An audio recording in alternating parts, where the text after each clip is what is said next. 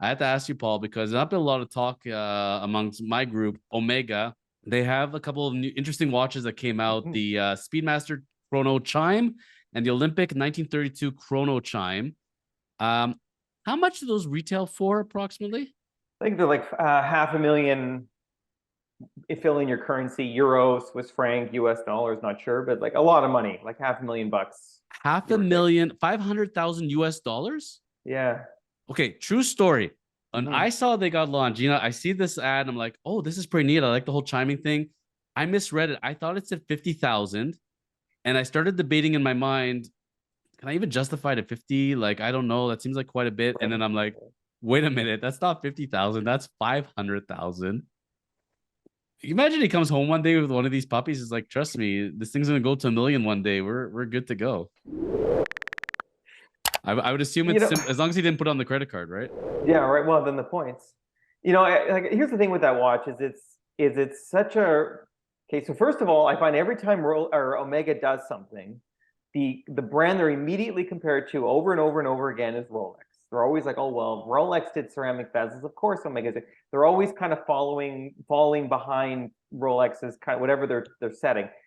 And one of the big criticisms and pros for Rolex is that they've never really done a complicated watch, which is pseudo truth because the Yachtmaster 2 is actually pretty complicated movement. It's very unique. It's I don't know of many watch movements out there that are like it.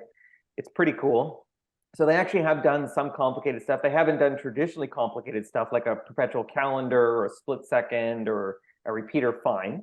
But here, Omega did something that's kind of a statement piece, and they're saying we're going to do something that Rolex just won't do, has never done, never going to try. We're going to separate ourselves, and I think good on Omega because it's them, I think, pushing themselves out of that shadow a bit, and it's time for them to do that. I think they deserve it. They're a wonderful brand. They make amazing pieces. And they're they're getting more expensive now, but they were always super attainable and price wise and accessibility wise versus a Rolex. And so I think to me this is something really special. They're not going to sell a lot of these just based on sheer price alone, and I get that. It's this is a flex from a brand saying that we can. They didn't ask if they should. They asked if we could, and that was I think something really special for them.